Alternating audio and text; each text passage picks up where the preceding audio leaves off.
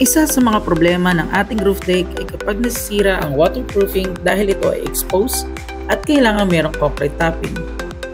Upang maprotektahan ang mismong waterproofing mula sa UV rays at iba pang components, ang Primero ay may innovative product na pwedeng gawing optional na lang ang paglagay ng concrete topping.